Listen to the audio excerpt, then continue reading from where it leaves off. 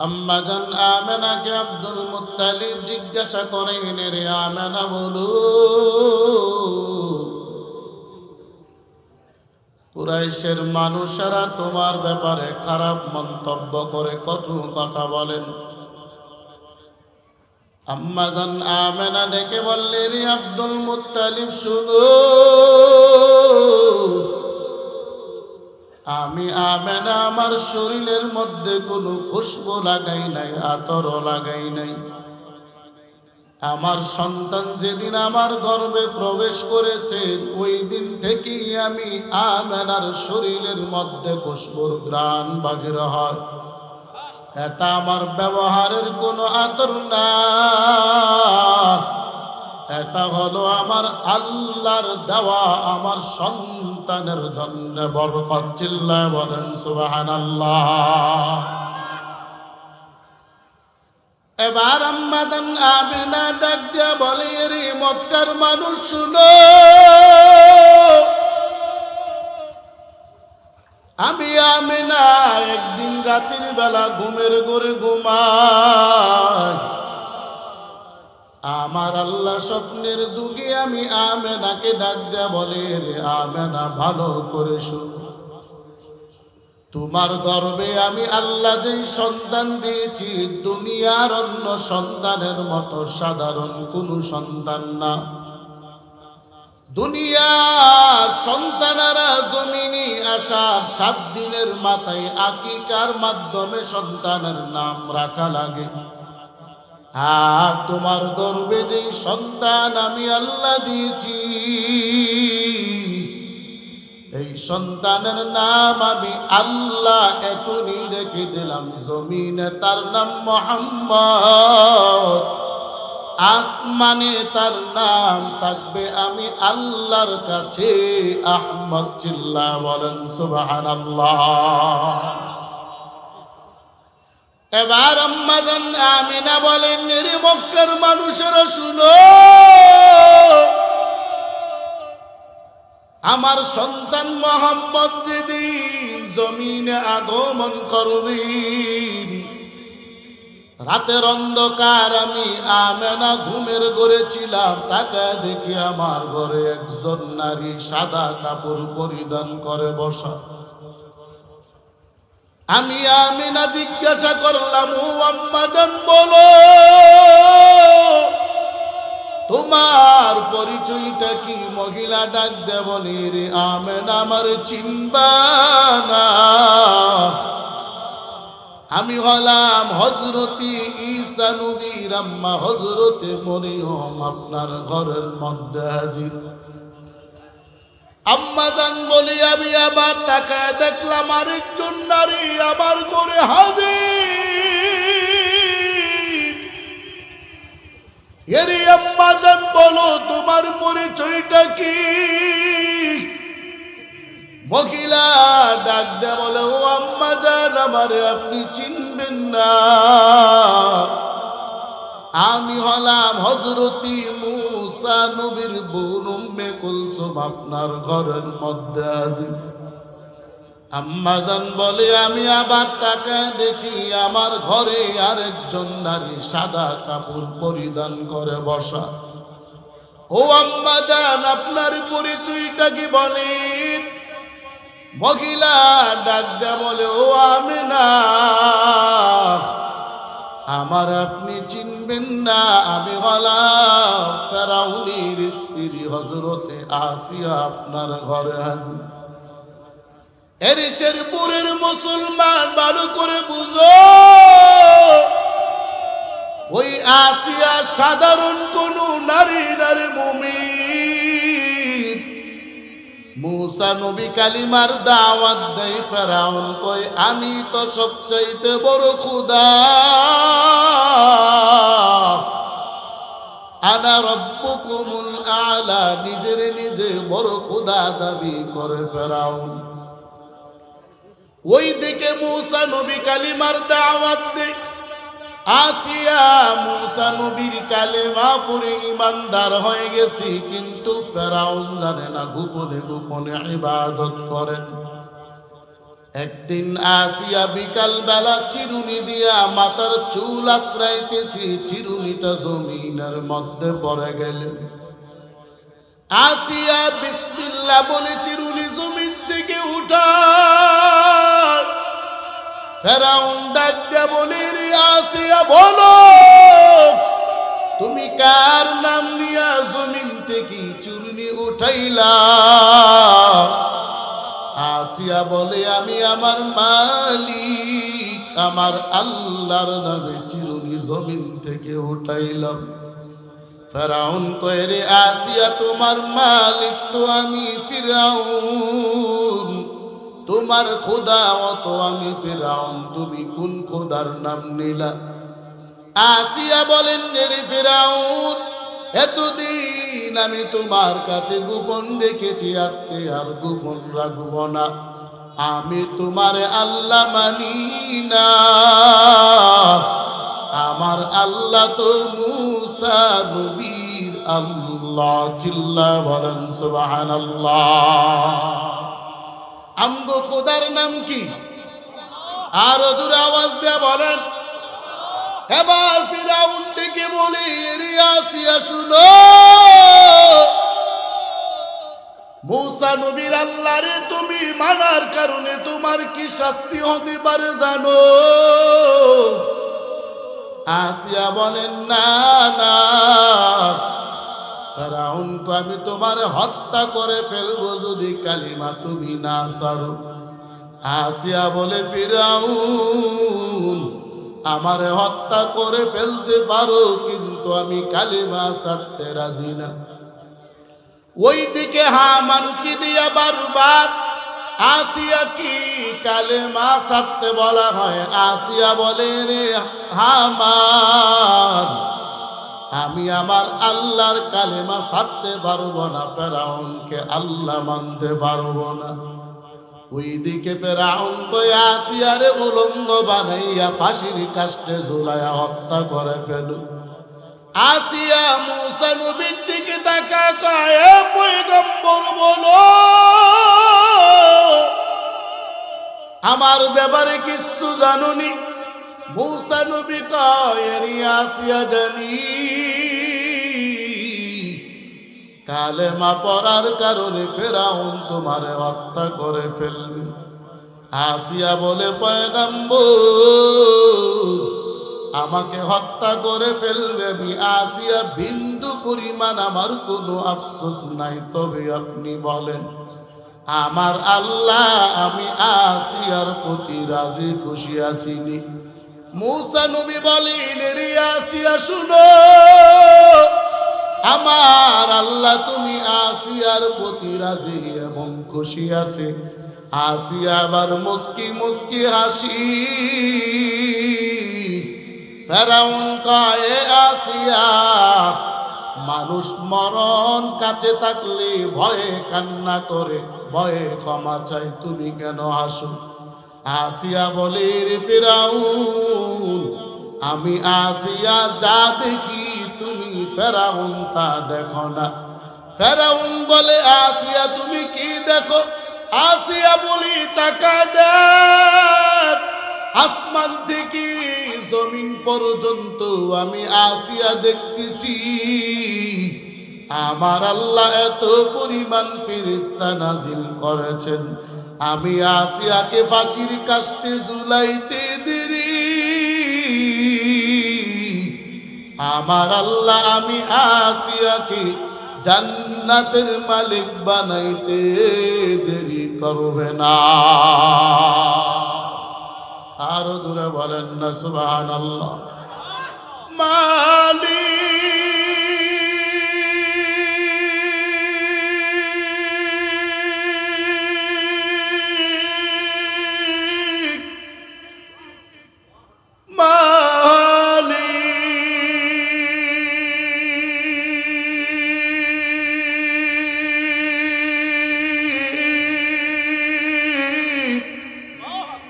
একটি ঘর বানিয়ে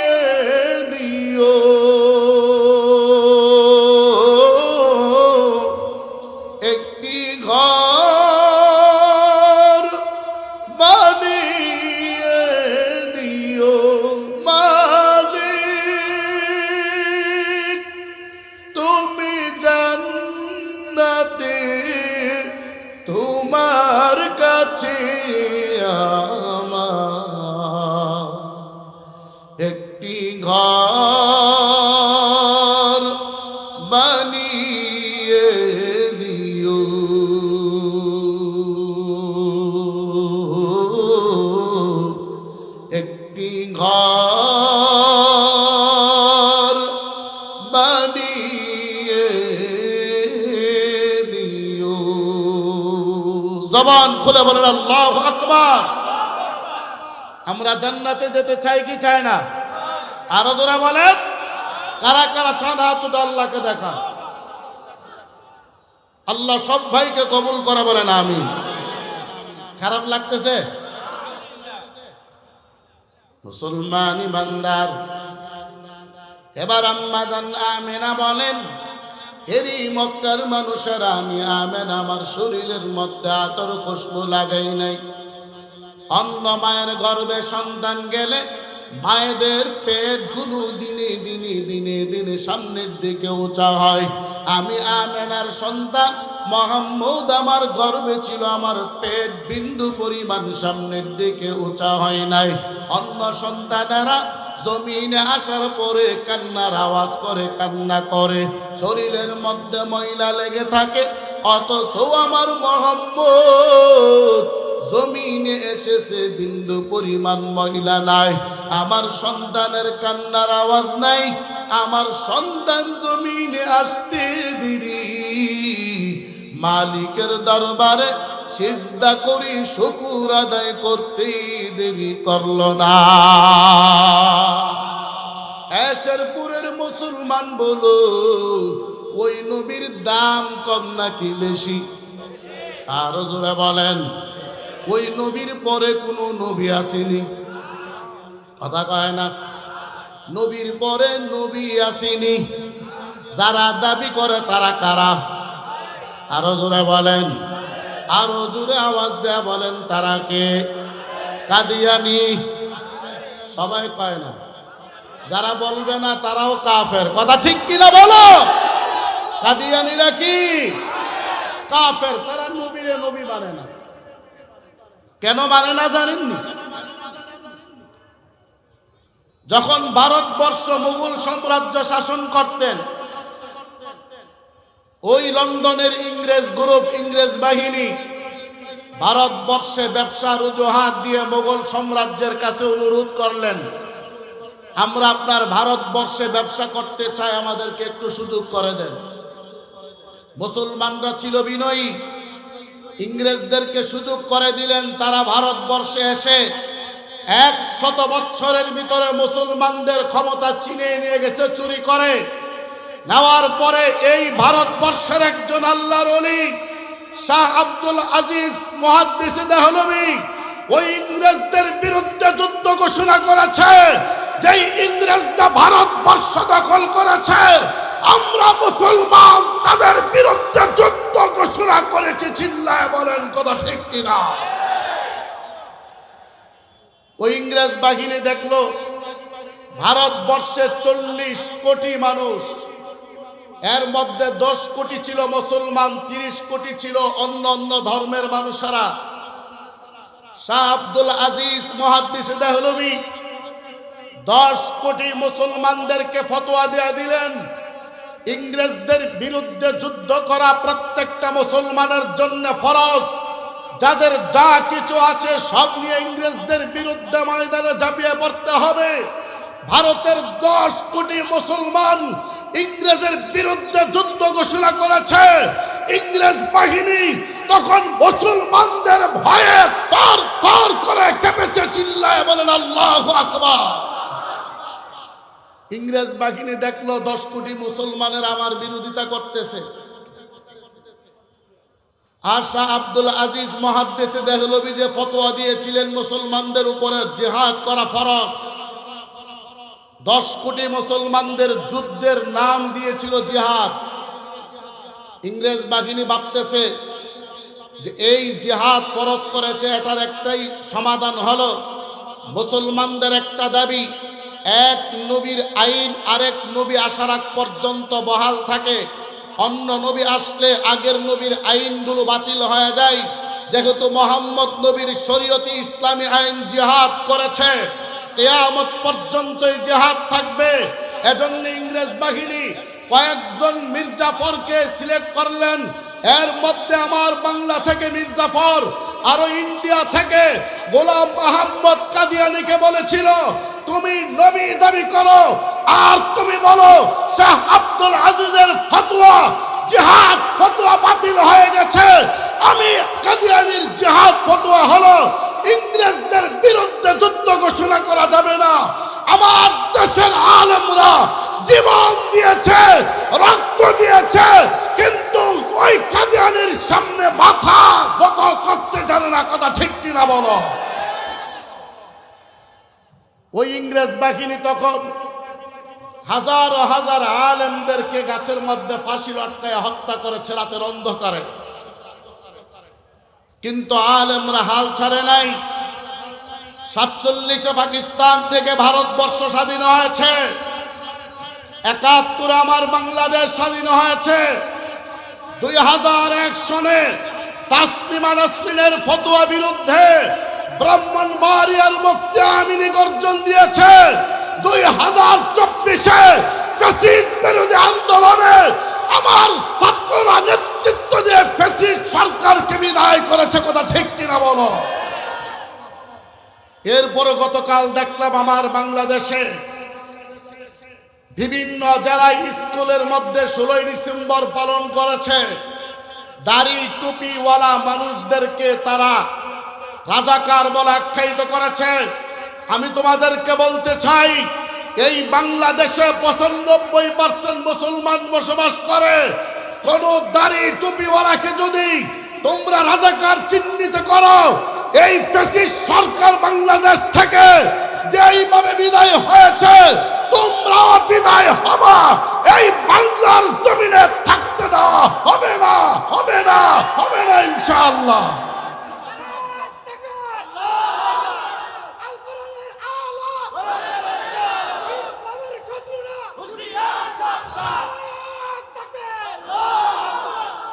এটা হলো ফ্যাসিস্ট সরকারের আমল। এখন ফ্যাসিস্ট সরকারের আমল না, এখন হলো বাংলাদেশ স্বাধীন বাংলাদেশ। কথা ঠিক কিনা বলেন? এটা হলো ভারতের এজেন্ডা। তারা দাড়ি টুপি দিয়া সিনেমা বানাইছে রাজাকার, যারা সবাই দাড়ি টুপিওয়ালা ছিল। কথা ঠিক কিনা বলেন?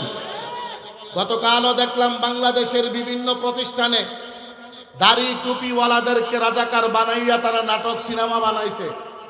এটা ভারতের একটা এজেন্ডা বাস্তবায়ন করা, যে দাড়ি টুপিওয়ালারাই ছিল রাজাকার আর দাড়ি ছাড়া ছিল তারা ছিল মুক্তিযোদ্ধা। আমি বলবো দাড়ি টুপি হলো নবীর সুন্নত। এই নবীর সুন্নতকে নিয়ে যদি বাংলাদেশে কেউ চিনিমিনি খেলতে চায়, ভারতের এজেন্ডা যদি কেউ বাস্তবায়ন করতে চায়, ফ্যাসিস্ট সরকারকে যেমন করে বিদায় করা হয়েছে, আগামীতে আমার ছাত্র ভাইদেরকে নিয়ে এই জালিম শাসককেও বাংলার জমিন থেকে বিদায় করা হবে। কথা ঠিক কিনা বলো? রাজাকার কি শুধু দাড়ি টুপিওয়ালা ছিল?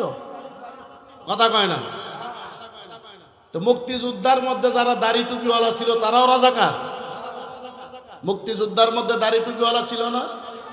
কথা কয় না? ছিল কি ছিল না? তাহলে তোমরা দাড়ি টুপি দিয়ে কি বুঝাইতে চাও? এটা বাংলাদেশের কোনো কথা নয়, এটা ইন্ডিয়ার ওই ইংরেজরা ওই গোলাম আহমদ কাদিয়ানির মাধ্যমে, মির্জাফরের মাধ্যমে, কাজী খানের মাধ্যমে যেমন ভাবে শেষ নবী দাবি করে, শাহ আব্দুল আজিজ মুহাদ্দিস দেহলভীর যুদ্ধটাকে থামানোর চেষ্টা করেছিল। বর্তমান জমানায়ও আমার ছাত্র ভাইদের স্পৃহা, আমার ছাত্র ভাইদের আন্দোলনকে দমানোর জন্য তারা আলেমদেরকে তারা রাজাকার বানিয়ে বাংলাদেশে প্রমোট করতে চায়। আমি বলবো আলেমরা রাজাকার নয়, আলেমরা দেশপ্রেমিক। যারা বলে আলেমরা রাজাকার, তারাই হলো রাজাকারের বাচ্চা রাজাকার। কথা ঠিক কিনা বলো? কারণ বাংলাদেশ, পাকিস্তান, ভারত মিলিয়ে ছিল ভারত উপমহাদেশ। কথা ঠিক কিনা বলেন? এই দেশ স্বাধীনের ক্ষেত্রে আলেমরা জীবন দিয়েছে। ইংরেজ বিরোধী আন্দোলন করেছেন শাহ আব্দুল আজিজ মুহাদ্দিস দেহলভী, ইংরেজদের বিরুদ্ধে যুদ্ধ করেছেন শাহ ওলিউল্লাহ মুহাদ্দিস দেহলভী। বাংলাদেশ স্বাধীন করতে গিয়া বাংলাদেশে যারা রাজাকার বলে বিদায় হয়েছে, তাদের পরিবারের কয়জন মুক্তিযোদ্ধা ছিল হিসাব করে দেখেন। আর যেই জিয়াউর রহমানকে তারা তার কবরকে উচ্ছেদ করতে চেয়েছিল। এই জিয়াউর রহমান নিজে যুদ্ধ করেছে, অথচ যারা পরিবারের কেউ যুদ্ধ করে নাই তারাই ছিল মুক্তিযোদ্ধা। আর যারা যুদ্ধ করেছে তাদেরকে বানিয়ে দিয়েছে রাজাকারের বাচ্চা। কথা ঠিক কিনা বলো? এই বাংলাদেশে আলেমদের বিরোধিতা করে, ইসলামের বিরোধিতা করে কেউ টিকে নাই, সামনেও টিকতে পারবেন না ইনশাআল্লাহ। আরো জোরে বলেন কথা ঠিক কিনা? আমরা ইসলামের পক্ষে আছি কি নাই? সবাই নাই, সবাই নাই। হাত ওটা আল্লাহকে দেখান, আল্লাহ কবুল করুক। এ দেশটা আমাদের, এ দেশটা কার? কথা কয় না। গতকাল দেখছি ইন্ডিয়া, তারা কি বলছে? আমার দেশের বিজয়, বাংলাদেশের নাম কিন্তু নেই নেই। দেখছেন নি আপনারা? দেখেন নাই? ইন্ডিয়ার তারা বলছে 16ই ডিসেম্বর আমার ভারতের বিজয়, বাংলাদেশের বিজয় বলে নাই। তারা মনে করতেছে বাংলাদেশ তাদের একটা অঙ্গরাজ্য। আমরাও বলি আমরা তোমাদের 5-6টা গোলাম না, যারা গোলামি করতো তারা এখন তোমার দেশে আছে। আমরা ভারতের গোলাম নয়, আমরা আমার দেশে থাকব, আমরা দেশেই মরব, দেশের জন্য যুদ্ধ করব। কথা ঠিক কিনা বলো? দেশটা নয়তো কারো বাপের ভিটা, করবে মন চাহিলেই যখন যেটা। দেশটা নয়তো কারো বাপের ভিটা, করবে মন চাহিলেই যখন যেটা। দেশটা লক্ষ মায়ের ইজ্জতের দামে কিনা, দেশটা লক্ষ মায়ের ইজ্জতের দামে কিনা। কথা ঠিক কিনা বলো? এই দেশটা কার? কথা কয় না। খারাপ লাগতেছে? দেশটা কার? নাকি ইন্ডিয়া? দেশ আমাদের, এই দেশ রক্ষার দায়িত্ব আমাদের। কথা ঠিক কিনা বলেন? আল্লাহ আমাদের সবাইকে কবুল করে বলেন আমিন। সবাই জোরে তাকবীর, নারায়ে তাকবীর। আওয়াজ দেয় না। এখানে কি ইন্ডিয়ার কোনো গোলাম আছেন? ইন্ডিয়ার কোনো গোলাম আছেন?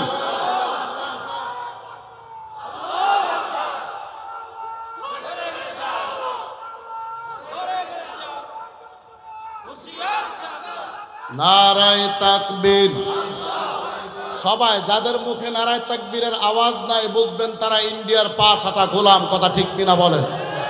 কারণ মুসলমানদের আওয়াজ হলো নারায়ে তাকবীর, আর হিন্দুদের আওয়াজ হলো জয় শ্রীরাম।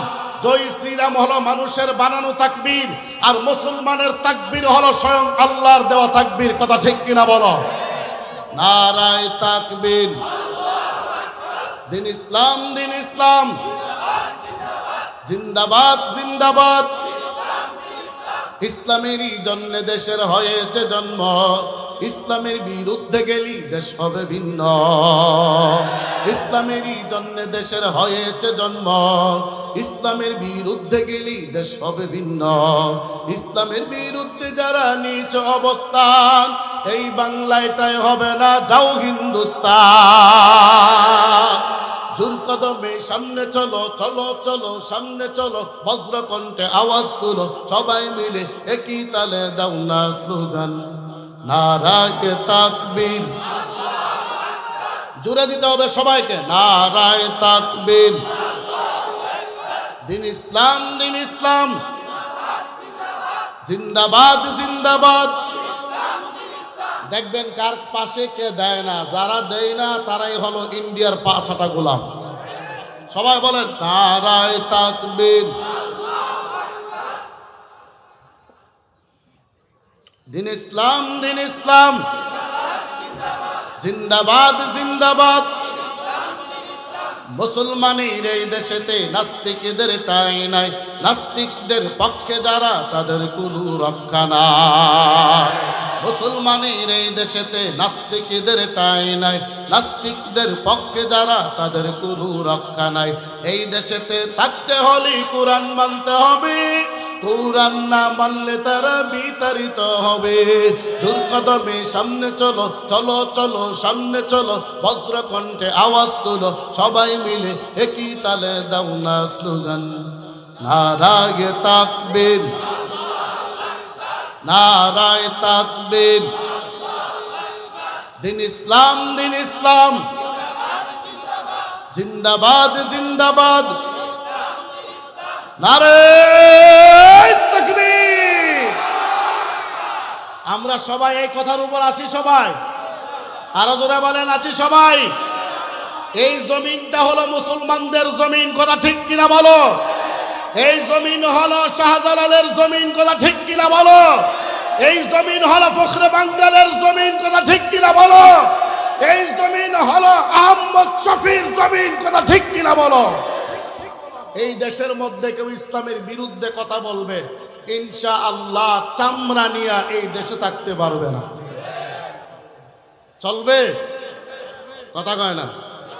আরো জোরে বলেন। মুসলমান ইমানদার, আমার নবী হলেন রাহমাতুল লিল আলামিন। নবী কোনদিন উম্মতের ব্যাপারে বদদুআ দিছেনি?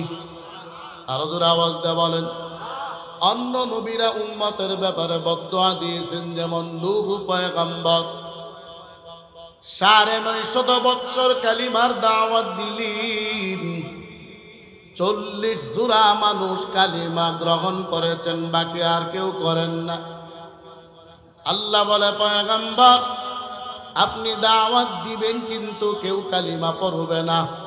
নূহ নবীকে আল্লাহ যদি কালিমা না পড়ে আপনি সবাইরে ধ্বংস করে দেন, কেউ রে বাঁচিয়ে রেখে লাভ নাই। বলে কেন? নূহ নবী বলে, আল্লাহ যদি তারা বাঁচে আমার ৪০ জোড়া মানুষগুলোরও তারা বেঈমান বানায় ফেলবে। চিল্লায় বলেন কথা ঠিক কিনা? খারাপ লাগতেছে না? বলে হুজুর গরম কথা বললেন, সব সময় গরম চলে না, কারণ আমার আগেও গরম পরেও গরম। কথা ঠিক কিনা? আমার আগে যিনি বয়ান করছেন উনি ঠান্ডা না গরম? আমিও গরম দিতে পারি, কিন্তু সবাই গরম হইলে ঠান্ডা হবে কে? আমার পরে যিনি আসতেছেন উনি কি? কথা কয় না? তো দুজন গরম, মাঝিদের তো একটু ঠান্ডা পানি দেওয়ার দরকার, কারণ বেশি গরম হইলে তো প্রেসার লো হয়ে যাবে। কথা ঠিক কিনা বলেন? আল্লাহ বলে, পয়গম্বর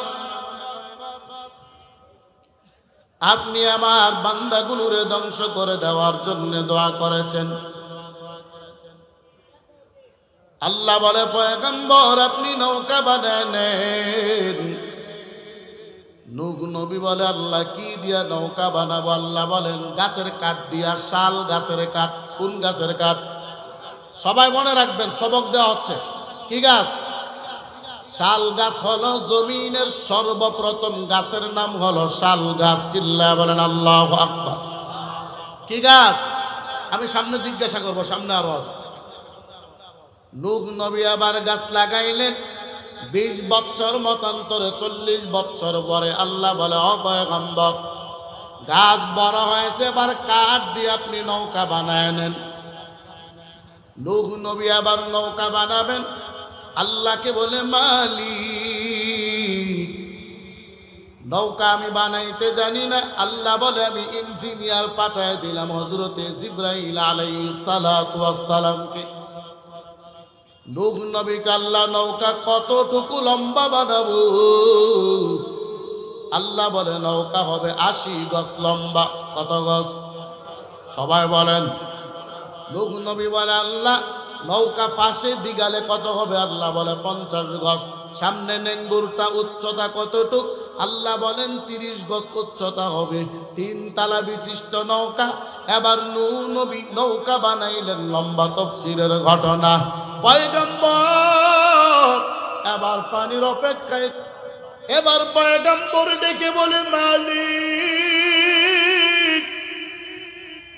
মানুষের মধ্যে কে নারী কে পুরুষ আমি চিনব, কিন্তু জঙ্গলের প্রাণীর মধ্যে কে নারী কে পুরুষ আমি কেমনে চিনব? আল্লাহ কয়, পয়গম্বর নৌকার সামনে ২টা হাত এমন ভাবে আপনি প্রসারিত করে দাঁড়ান। নূহ নবী দাঁড়ালেন। আল্লাহ বলে, আপনার ডান হাতের নিচ দিয়া যে প্রাণীগুলো যাবে এইগুলো হবে পুরুষ প্রাণী, আর বাম হাতের নিচ দিয়া যারা যাবে এইগুলো হবে নারী প্রাণী। নূহ নবী দাঁড়ানো, কোন যাত্রী এখনো নৌকায় আসে না। নবী আল্লাহকেও একজন যাত্রীও নৌকায় এখনো উঠল না। আল্লাহ কয়, পয়গম্বর তাকায় দেখেন আপনার পায়ের সামনে নৌকার প্রথম যাত্রী হাজির। নূহ নবী তাকাইলেন, তাকায় দেখে একটা পিপিলিকা নৌকায় উঠা শুরু করেছেন। চিল্লায় বলেন সুবহানাল্লাহ। বলেন তো নূহ নবীর নৌকার প্রথম যাত্রীর নাম কি? আরো জোরে বলেন। কি গাছের কাঠ দিয়া নৌকা বানালেন? নৌকাটা লম্বা কতটুক, পাশে কতটুক, নেঙ্গুরটা উচ্চতা কতটুক, কয়তলা বিশিষ্ট? সবার মনে থাকবে? সামনে আরো আছে ভাই, ইকুটা কমান, ইকুটা কমান, সাউন্ডটা বাসায় সাউন্ড বাড়া। এবার পয়গম্বর ডেকে বলে, মালিক, প্রাণীগুলো একে একে নৌকায় উঠতেছে, এমন সময় একটা প্রাণী রশির মতো পেঁচাইয়া নৌকার সামনে হাজির। নূহ নবী বলে, আল্লাহ, আপনি সাপ কেন নৌকায় পাঠাইলেন? আমিও ভয় পাই, আমার উম্মতেরাও সাপকে দেখলে ভয় পায়। আল্লাহ কয়, পয়গম্বর ভয় পাবেন না, যতদিন নৌকা চলবি আমি আল্লাহ সাপের বিষ ধ্বংস করে দিলাম। চিল্লায় বলেন সুবহানাল্লাহ। নূহ নবী দাঁড়ানো। এবার জঙ্গলের রাজা সিংহ নৌকার সামনে হাজির হয়ে গেলেন। নূহ নবী কয়, আল্লাহ, আপনি সিংহ পাঠাইলেন, সিংহরে আমিও ভয় পাই, আমার উম্মতেরাও ভয় পায়। নৌকায় যে প্রাণীগুলো উঠেছে ওই প্রাণীগুলো ওই সিংহরে ভয় পায়। আল্লাহ, সিংহরে আপনি নৌকায় উঠাবেন না। আল্লাহ কয়, পয়গম্বর, আপনি ভয় পাবেন না, সিংহের মাথার মধ্যে আপনি হাত বুলায় দেখেন। পয়গম্বর এবার নিজের হাতটা কি সিংহের মাথার মধ্যে লাগাইলেন। লাগানোর পর আল্লাহ বলে, পয়গম্বর কেমন দেখলেন? নূহ নবীকে আল্লাহ, সিংহ রাগের কারণে মাথা প্রচন্ড গরম হয়ে আছে, সবাই রেখে ফেলবে। আল্লাহ বলে, না না, আমি আল্লাহ তারে এমন একটা রোগ দিয়ে দিলাম যেই রোগের নাম হলো জ্বর। চিল্লায় বলেন সুবহানাল্লাহ। এই রোগের নাম কি? জ্বর। এই জ্বর নামক রোগটা আমার আল্লাহ নূহ নবীর নৌকার সিংহের মাঝে প্রথম দিয়েছেন। এর আগে জ্বর নামক রোগ আল্লাহ কাউরে দেন নাই। সুবহানাল্লাহ বলতেন না? নূহ নবী বলে, মালিক, আপনি যে জ্বর দিলেন, জ্বর দিলে কি হয়? আল্লাহ কয়, জ্বর এমন একটা রোগ যা উপরে পড়ে সে যত শক্তিশালী হোক দুর্বল হয়ে যায়। মুখের মধ্যে খানার রুচি থাকে না, মুখের খানা তিতা হয়ে যায়, তার খাওয়ার শক্তি থাকে না, দুর্বল হয়ে যায়। নূহ নবী আবার সিংহটাকে নৌকায় উঠাইলেন। সব প্রাণীগুলো একে একে একে একে নৌকায় উঠলেন। নূহ নবী আবার দাঁড়ানো। কবি বন্যার পানি আসবে, কবে নৌকা চলবে। এমন সময় তাকায় দেখি আরেকটা প্রাণী নৌকার মধ্যে এমনি ধরা আছেন, অর্ধেক নৌকায়, বাকি অর্ধেক হলো নৌকার নিচে। ওই প্রাণীর নাম হলো গাধা। নূহ নবী ডাক দিয়া বলির, গাধা তাড়াতাড়ি ওঠ। গাধা কই, কেমনি উঠমু? আমার লেনজাই তো আরেকজন ধরে রাখছে। চিল্লায় বলেন সুবহানাল্লাহ। নূহ নবী কই, লেনজাইকে দাঁড়া। বলে, আপনি তাকায় দেখেন, লেনজাই একজন ধরে রাখছে। আমগো দেশের মধ্যে দেখবেন, কোন মানুষ যদি উপরে উঠতে চায়, অন্য 10 জন মানুষ তার টাইনা নিচে নামানোর চেষ্টা করে। কথা ঠিক কিনা? আছে কি নাই? আপনার ছেলের বিবাহ করাবেন শেরপুরের কোটি টাকার মালিকের মেয়ের সঙ্গে, দেখবেন আপনার বাড়ির আশেপাশের মানুষগুলো নিজের টাকার ভাড়া দিয়া তার বাড়িতে গিয়া বদনাম করবে, ছেলেটা নেশাখোর, ভালো না। নূহ নবী ডাক দিয়া বলি, রে গাধা, বলো তোমার লেনজাইকে ধরা। বলে, আপনি দেখেন। নূহ নবী তাকায় দেখে গাধার লেনজার মধ্যে ধরে রাখছেন ইবলিস। কে ধরছেন? আরো জোরে বলেন। বলেন তো, নৌকায় কুকুরের লেনজা আসেনি? বুঝেন নাই? কুকুর কি লেনজা ছাড়া?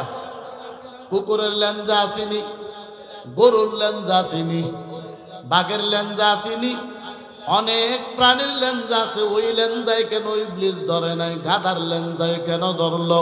বোঝা গেল যারা আল্লাহ নবীর বিরুদ্ধে কথা কয়, মাদ্রাসা মসজিদের বিরুদ্ধে কথা কয়, তারা হলো গাধার বাচ্চা, আর তার কাদের মধ্যে ভর করে যে ইবলিস। কথা ঠিক কিনা? কারণ শয়তান ভর না করলে তো আর আল্লাহ নবীর বিরোধিতা করতে পারে না। কথা ঠিক কিনা বলেন? যেমন আমার বাংলাদেশের আউল বাউল ফাউল গুলোর কাদের মধ্যে ভর করেছে ইবলিস। কথা ঠিক কিনা বলো? এবার নূহ নবী বলে, মালিক আপনি সবাইরে উঠাইলেন, কিন্তু ইবলিসকে কেন আপনি নৌকায় উঠাইলেন? আল্লাহ ডাক দিয়া বলে, পয়গম্বর, ইবলিসের সঙ্গে আমি আল্লাহর একটা ওয়াদা আছে, ওয়াদা খেলাপ করতে পারবো না। কি ওয়াদা? মানুষ জমিনে আসার আগে জমিনে বসবাস করতেন জিন্নাতের দলেরা। ওই জিন্নাতের ইবলিসের আব্বার নাম হলো খবিস। তারা জমিনে রাজত্ব করতেন, অত্যাচার নির্যাতন, জিন্নাতারা একজন আরেকজনের উপর আঘাত করতেন, রক্তাক্ত করতেন। আল্লাহ বলে, ফিরিস্তারা যাও, জমিনের সব জিন্নাত গুলোরে ধ্বংস করে দাও। ফিরিস্তারা জিন্নাতকে ধ্বংস করার জন্য আসলেন, কিছু জিন্নাতারা পলায়ন করে বেঁচে গেছেন। ওই ইবলিসের বাড়িতে যখন গেলেন, ইবলিস তখন ছোট্ট বাচ্চা, ফুটফুটে সুন্দর একটা বাচ্চা। তবে ইবলিস বড় জ্ঞানী ছিল, একবার যেই জিনিসটা দেখতো কোনোদিন এই জিনিসটা ভুলতো না। এবার ফিরিস্তা ডেকে বলে, মালিক ওই ইবলিস বড় সুন্দর, তারে হত্যা না করে আমরা আসমানে নিয়ে আসবো। আল্লাহ তো ভালো করে জানে এই বাচ্চাটা ভবিষ্যতে ইবলিস হবে। কথা ঠিক কিনা? আল্লাহ জানেনি? বোঝা যায় আল্লাহ জানে না। এবার ওই ফেরেশতারা ছোট্ট ইবলিসকে নিয়ে প্রথম আসমানে গেলেন। প্রথম আসমানে গিয়ে তার ইবাদত শিক্ষা দিলেন। ইবলিস ইবাদত করতে করতে একটা সময় প্রথম আসমানে সব ফেরেশতাদের উস্তাদ হয়ে গেলেন ইবলিস। প্রথম আসমানে 1000 বছর ছিলেন, এমন ভাবে দ্বিতীয় আসমানে গেলেন, তৃতীয় আসমানেও গেলেন। করতে করতে সপ্তম আসমানে যাওয়ার পর 7000 বছর পরে আমার আল্লাহ বলেন, এরে ইবলিস, তোমার নাম আমি আল্লাহ দিয়ে দিলাম, আজকে থেকে তুমি মুআল্লিমুল মালাইকা, সমস্ত ফেরেশতাদের উস্তাদ। আল্লাহ বলে, হে ইবলিস, তুমি জমিনে যাও, অন্য অন্য জিন্নাত গুলোরে তো আমি আল্লাহর কথা বলো, আমি আল্লাহর দাওয়াত দাও। ইবলিস দেখে বলে, মালিক আমি জমিনে যাব, তবে একটা শর্তের বিনিময়। কি শর্ত বলো? আমার শর্ত হলো দিনের বেলা আমি জমিনে আপনার দাওয়াত দেব, আর সন্ধ্যার সময় আমি আসমানে চলে আসব, ফেরেশতাদেরকে আমি তালিম দেব। আল্লাহ বলে, ঠিক আছে, তোমার শর্তে আমি আল্লাহ রাজি হয়ে গেলাম। এবার ইবলিস জমিনে এসে কালিমার দাওয়াত দেয়, আল্লাহর দাওয়াত দেয়। কিছু জিন্নাতারা ইবলিসের কালিমা গ্রহণ করে নিলেন, আর অধিকাংশ জিন্নাতারা ইবলিসকে হত্যা করার ষড়যন্ত্র করেন। এরিশেরপুরের মুসলমান, দুনিয়ার সব জিন্নাতারা জাহান্নামে যাবে না, কিছু জিন্নাতারা জান্নাতে যাবে। মানুষের মধ্যে সবাই জাহান্নামে যাবে না, কিছু মানুষ জান্নাতি, আবার কিছু মানুষ হবে জাহান্নামী। শাহ ওয়ালিউল্লাহ মুহাদ্দিস দেহলভী বলেন, একদিন মসজিদের মধ্যে উনি নামাজরত অবস্থায় নামাজ পড়তেছেন। এমন সময় একটা সাপ শাহ ওয়ালিউল্লাহ মুহাদ্দিস দেহলভীর সামনে হাজির। শাহ ওয়ালিউল্লাহ নামাজ আদায় করিয়া হাতি লাঠি দিয়ে আঘাত করে সাপটাকে হত্যা করে ফেললেন। ওই সাপটা ছিল একটা জিন্নাত। শাহ ওয়ালিউল্লাহ মুহাদ্দিস দেহলভী নামাজের পরে মসজিদের মধ্যে দিন ঘুমন্ত। জিন্নাতেরা শাহ ওয়ালিউল্লাহ মুহাদ্দিস দেহলভী উনারে উঠাইয়া জিন্নাতের রাজত্বে নিয়ে গেলেন তাদের রাজমহলে। যাওয়ার পরে তাকায় দেখেন মানুষ জিন্নাতারা কাতার বন্দি হয়, হাজার হাজার জিন্নাতারা দাঁড়ানো, সামনে একটা খাটুরার মধ্যে লাশ। শাহ ওয়ালিউল্লাহ মুহাদ্দিসি দেখলবি বলেন, আমার কেন আপনারা এখানে নিয়ে আসছেন?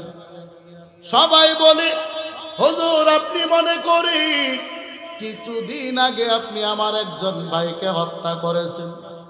শাহ ওয়ালিউল্লাহ বলে, না না, আমি তোমাদের জাতির কোনো ভাইকে আমি হত্যা করি নাই। তারা বলে, এই যে লাশটা এখনো রাখা আছে। এখন শাহ ওয়ালিউল্লাহ মুহাদ্দিসে দেহলভির শাস্তি কি হবে? শাহ ওয়ালিউল্লাহকেও হত্যা করা হবে, জানের বদলা জান দেওয়া হবে। সবাই একমত হয়ে গেল, শাহ ওয়ালিউল্লাহ মুহাদ্দিসে দেহলভিকে হত্যা করা হবে। এমন সময় একটা বৃদ্ধ জিন্নাত সামনে এসে বলেন, দাঁড়াও তোমরা, এখানে অনেকেই আছে শাহ ওয়ালিউল্লাহ মুহাদ্দিসে দেহলভির কাছে তারা কিতাব পড়ে, তারা তাদের ছাত্র। তবে আমি শুনেছি আমার মায়ের নবীর জবান, যদি কোনো জিন্নাতারা রূপ পরিবর্তন করার কারণে তারা হত্যা করে ফেলে, এই হত্যার কারণে কিসাস আসবে না, জানের বদলা জানও না হবে না। কারণ যেই জিন্নাতকে হত্যা করেছে মৃত্যুর সময় তার রূপ ছিল সাপের রূপ, জিন্নাতের রূপ ছিল না। এরে মুসলমান, এই জন্য জিন্নাতের মধ্যে কিছু জিন্নাতেরা জান্নাতি, আবার কিছু জাহান্নামী। আমার আল্লাহ ডেকে বলেন, এবার আমি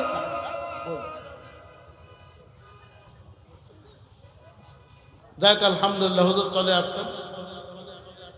আমি আর আপনাদের সামনে দীর্ঘায়িত করবো না, যেহেতু হযরত চলে আসছেন। দোয়া করবেন, দোয়া চাই আল্লাহ যেন আমাদের সবাইকে কবুল করে। সকলে বলেন আমিন। আসসালামু আলাইকুম ওয়া রাহমাতুল্লাহি ওয়া বারাকাতুহু।